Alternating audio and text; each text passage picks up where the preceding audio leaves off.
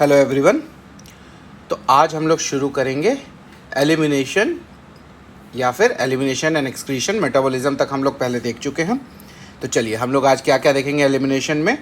पहला तो हम देखेंगे रूट्स ऑफ एलिमिनेशन क्या है, दूसरे काइनेटिक्स ऑफ एलिमिनेशन क्या है जिसमें रेट ऑफ एलिमिनेशन और क्लियरेंस आएगा। चलिए शुरू करते हैं।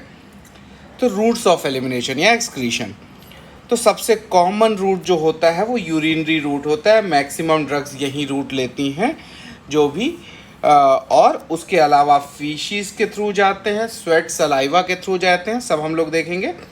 तो urine is the commonest and most important route, ये हमेशा याद रखिए। फीशीज़ में क्या होती हैं, जो unabsorbed part of a drug होती हैं वो जाती हैं।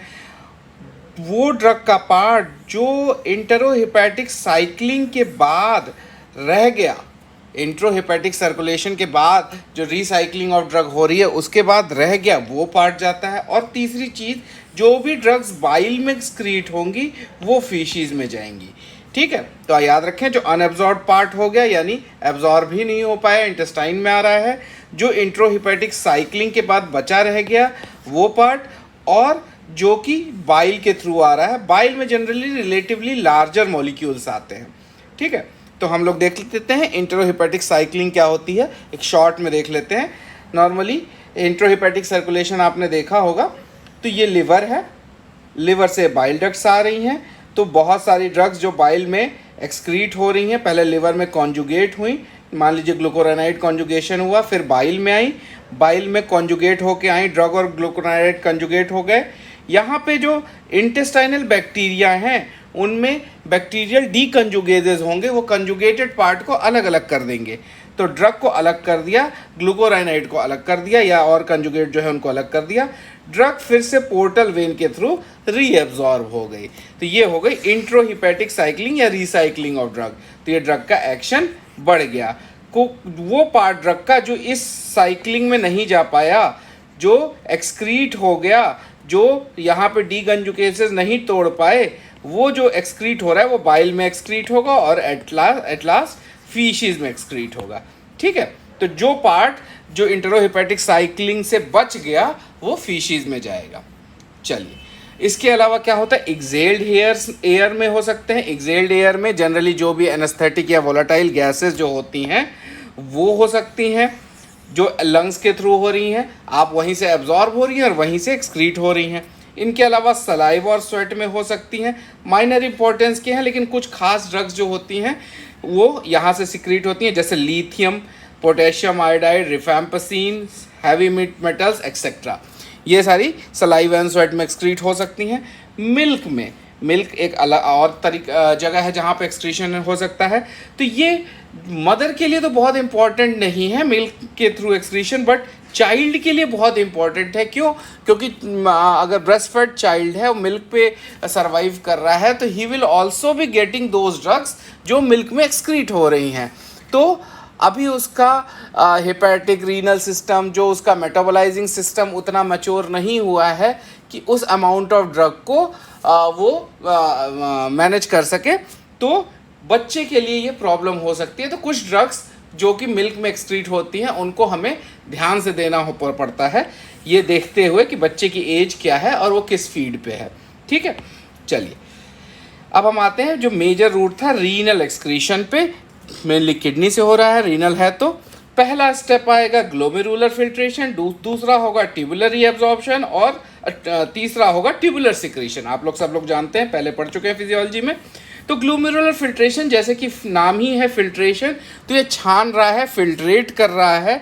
तो किस चीज़ पे डिपेंड करेगा, आप सोचिए। फिल्ट्रेट करने के लिए जो साइज ऑफ पोर्स हैं उनसे छोटे होने चाहिए पार्टिकल साइज, तभी वो फिल्ट्रेट होके आएगा। तो ये किन किन बातों पे डिपेंड करेगा, plasma protein binding and renal blood flow. अब प्लाज्मा प्रोटीन बाइंडिंग क्यों? क्योंकि प्लाज्मा प्रोटीन बड़े मॉलिक्यूल्स हैं। कोई ड्रग अगर हाईली प्लाज्मा प्रोटीन बाउंड होगी तो रीनल फिल्ट्रेट में, ग्लोमेरुलर फिल्ट्रेट में नहीं आ पाएगी। क्यों? क्योंकि वो प्लाज्मा प्रोटीन के साथ बाउंड है और प्लाज्मा प्रोटीन छन नहीं पाएंगे, तो वो उसका फिल्ट्रेशन नहीं होगा या कम होगा। रीनल ब्लड फ्लो कैसे असर डालेगा?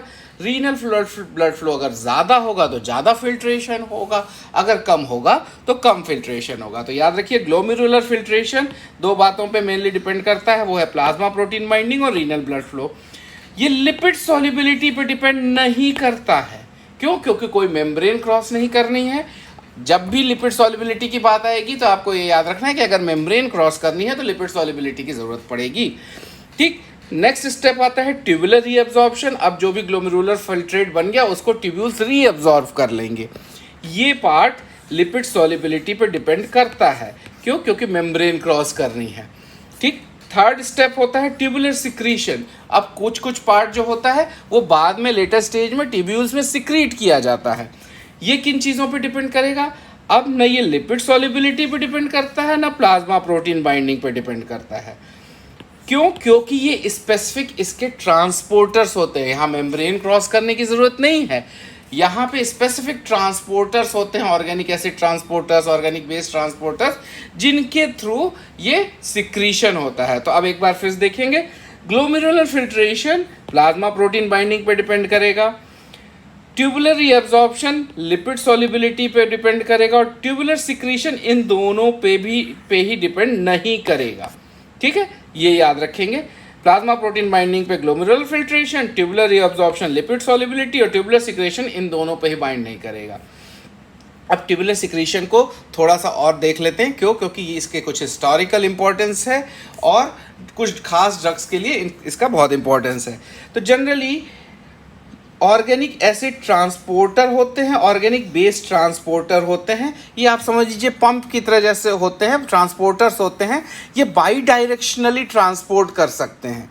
ये ट्यूब्यूल्स के अंदर भी भेज सकते हैं, ट्यूब्यूल्स के बाहर भी भेज सकते हैं। तो बाई डायरेक्शनली ट्रांसपोर्ट कर सकते हैं, और ये मल्टीपल ड्रग्स के लिए या मेटाबोलाइट्स के लिए होते हैं। तो एक ही ट्रांसपोर्टर हो सकता है एक से अधिक ड्रग या मेटाबोलाइट को ट्रांसपोर्ट कर रहा है। तो ऑर्गेनिक एसिड ट्रांसपोर्टर जो हैं वो वो क्या क्या किन किन इंपॉर्टेंट ड्रग्स को करते हैं ट्रांसपोर्ट? देखिए, पेनिसिलिन, प्रोबेनिसिड, यूरिक एसिड एक मेटाबोलाइट हो गया आपका, सैलिसाइलेट्स एक्सेट्रा। वहीं ऑर्गेनिक बेस ट्रांसपोर्टर जो होते हैं वो थायजाइड्स, फ्यूरोसेमाइड्स, क्विनीन एक्सेट्रा। अब हम एक एग्जांपल लेते हैं ऑर्गेनिक एसिड ट्रांसपोर्टर का। तो आप देख रहे हैं कि ये मान लीजिए ऑर्गेनिक एसिड ट्रांसपोर्टर है, तो ये यूरिक एसिड का तो रीअब्जॉर्प्शन करा रहा है, ये यूरिक एसिड का रीअब्जॉर्प्शन कर रहा है, लेकिन सेम चूंकि कहा ना बाई डायरेक्शनल है, तो ये पेनिसिलिन का ट्यूबुलर सिक्रीशन करा रहा है। तो same organic acid transporter penicillin का सिक्रीशन करा रहा है और यूरिक एसिड का रीअब्जॉर्प्शन करा रहा है। और यही जो ट्रांसपोर्टर है ये प्रोबेनिसिड का भी सिक्रीशन करा रहा है। तो आप देखें, पेनिसिलिन का और प्रोबेनिसिड का सिक्रीशन करा रहा है और यूरिक एसिड का रीअब्जॉर्प्शन करा रहा है। तो अगर हमने मान लीजिए प्रोबेनिसिड दिया और उसकी एफिनिटी इस ट्रांसपोर्टर के लिए अधिक है, तो वो इस ट्रांसपोर्टर को सैचुरेट कर देगा। अब जब वो सैचुरेट कर देगा तो न पेनिसिलिन का मूवमेंट हो पाएगा, न यूरिक एसिड का मूवमेंट हो पाएगा। तो न पेनिसिलिन ट्यूब्यूल्स में जा पाएगा, न यूरिक एसिड एब्जॉर्ब हो पाएगा। तो प्रोबेनिसिड का जो मैकेनिज्म ऑफ एक्शन है, आप देखेंगे जब गाउट में हम देखते हैं तो प्रोबेनिसिड क्या करता है, यूरिक एसिड का रीअब्जॉर्प्शन इनहिबिट करता है। क्यों? क्योंकि इस ट्रांसपोर्टर को सैचुरेट कर दे रहा है, तो यूरिक एसिड अब रीअब्जॉर्ब नहीं हो पाएगा। अच्छा, वर्ल्ड वॉर 2 में जब पेनिसिलिन बहुत लिमिटेड अमाउंट में हुआ करता था, तो पेनिसिलिन का एक्शन का प्रोलॉन्गेशन हम कैसे करते थे? तो उस समय हम प्रोबेनिसिड देते थे। क्यों? गाउट के लिए नहीं देते थे। उस समय हम प्रोबेनिसिड इसलिए देते थे कि ताकि वो पेनिसिलिन का जो है सिक्रीशन को कम करे। क्यों? क्योंकि वो सैचुरेट कर देता था। अब पेनिसिलिन यहीं रह जाएगा, अंदर ही रह जाएगा, ट्यूब्यूल्स में सिक्रीट नहीं हो पाएगा। तो आप ये देख सकते हैं कि ये बाई डायरेक्शनल होते हैं ट्यूबुलर सिक्रीशन, और सैचुरेट हो सकते हैं, और एक ड्रग दूसरे ड्रग्स का ट्रांसपोर्ट प्रभावित कर सकती है, रोक सकती है, बढ़ा सकती है किसी भी तरीके से। ठीक है, चलिए अब हम लोग आते हैं काइनेटिक्स ऑफ एलिमिनेशन पे। तो काइनेटिक्स ऑफ एलिमिनेशन में सबसे पहले हम देखते हैं रेट। तो रेट जो होता है, जैसा कि नाम ही बता रहा है कि अमाउंट ऑफ ड्रग एलिमिनेटेड पर यूनिट टाइम में कितनी ड्रग एलिमिनेट होगी। किसी पर्टिकुलर ऑर्गन के लिए भी हो सकता है, पूरी बॉडी के लिए भी हो सकता है। तो जनरली हम ऑर्गन के लिए मान लीजिए लेते हैं फॉर एग्जांपल, तो amount of drug entering the organ per unit time minus amount of drug leaving the organ per unit time. तो इंटरिंग द ऑर्गन कितना अमाउंट ऑफ ड्रग कैसे पता चलेगा? अगर आर्टीरियल कंसंट्रेशन ले लिया जाए। Leaving the organ per unit time कैसे पता चलेगा अमाउंट ऑफ ड्रग? जब वीनस कंसंट्रेशन ले लिया जाए, ठीक। और तीसरी चीज जो क्या फर्क डालेगी वो है रेट ऑफ ब्लड फ्लो, कितना तेजी से ब्लड फ्लो आ रहा है। तो अगर हम ले लेते हैं रेट ऑफ एलिमिनेशन, तो rate of elimination is equal to Q, Q जो है rate of blood flow to organ है, ठीक है, क्यू इंटू सी ए, ये कंसंट्रेशन इन आर्टरी है, concentration of drug in artery, minus Q into C V, concentration of drug into veins. तो Q into C A minus C V. तो rate of elimination ये हो सकता है, amount of drug eliminated पर unit time, generally milligram पर minute में लिया जाता है। अब इसी से रिलेटेड एक और टर्म आता है क्लियरेंस।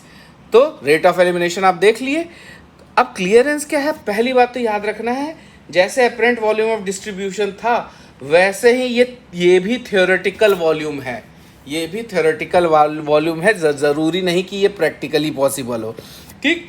तो क्लियरेंस क्या है? Rate of elimination, rate of elimination जो हमने यहीं देखा है, rate of elimination divided by plasma concentration. अब प्लाज्मा कंसंट्रेशन कौन सा? आर्टीरियल हो सकते हैं, वीनस कंसंट्रेशन, तो यहाँ आर्टीरियल कंसंट्रेशन की बात आएगी, ठीक। तो clearance is rate of elimination divided by plasma concentration. अब अगर कोई ड्रग एक से अधिक रूट से एलिमिनेट कर रही है तो उसका क्लियरेंस हर रूट के क्लियरेंस का सम होगा। Renal clearance, hepatic clearance, lung clearance, multiple तरीके से उन सब का सम हो सकता है, ठीक। तो आज हम लोग यहीं पे ख़त्म करते हैं। इसके बाद हम लोग next first and zero order reactions देखेंगे, that is a important topic. और उन दोनों ऑर्डर्स ऑफ रिएक्शन में क्लियरेंस, रेट ऑफ एलिमिनेशन और प्लाज्मा हाफ लाइफ पे क्या फ़र्क पड़ता है ये देखेंगे। चलिए आज इसको यही ख़त्म करते हैं। Thank you.